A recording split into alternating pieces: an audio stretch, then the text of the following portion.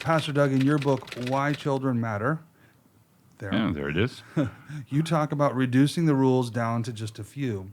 Could you talk more about this? The person who's writing in to ask this question says, I can't imagine reducing rules in my current chaos. Okay, so the question I would ask this person is whether or not the number of rules they have is whether that's contributing in any way to the chaos, right? Because I remember when I was a boy, and I remember where I was standing in the front yard when my father put his fist in my face, and he laid down 3 rules in our house. There were 3 rules: Okay. no lying, no disobedience, and no disrespecting your mother.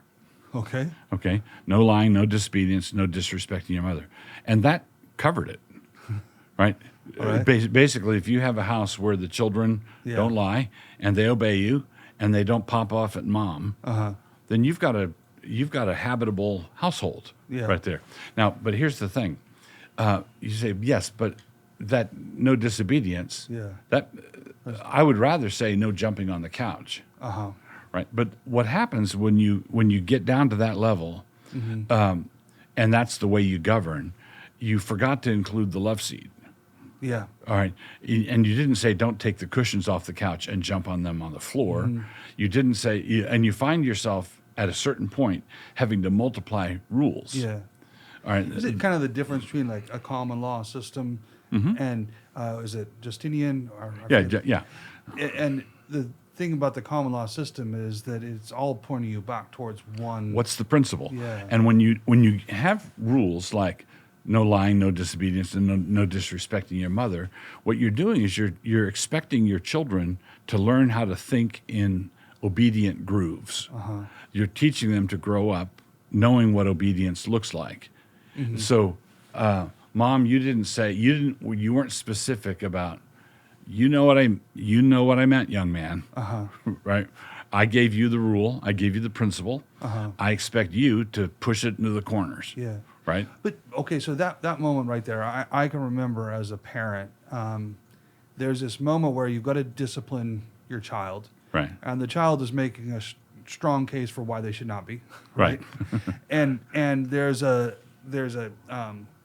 it's really easy as a parent to feel a little bit guilty about, okay, but I guess he's right. I didn't say specifically that. And this is not so much the conversation I would be having with the child. It's more the conversation I'd be having with my wife about her feeling guilty about not being able to, like, whether or not she could discipline that situation.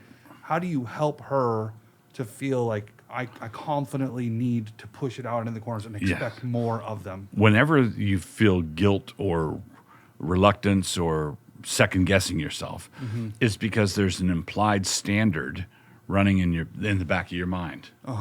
The standard being, I ought to have anticipated every eventuality, and I ought to have included as a rider on the legislation that I passed that you can't take the cushions of the couch out to the back porch and jump on them there. Yeah. Right. I needed to have included that.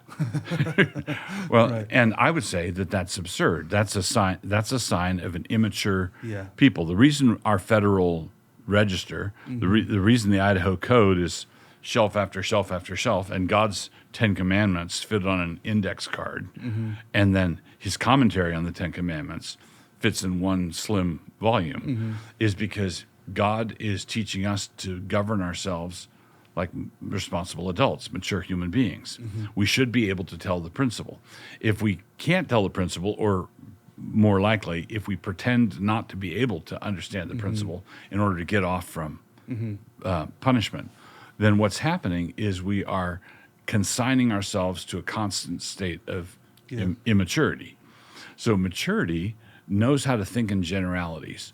Maturity knows how to apply the principle, rendered general by induction, because it wants to keep the law and wants to live by the spirit of the law, rather than seizing on you didn't say that So the Bible says, be not drunk with wine wherein is excess.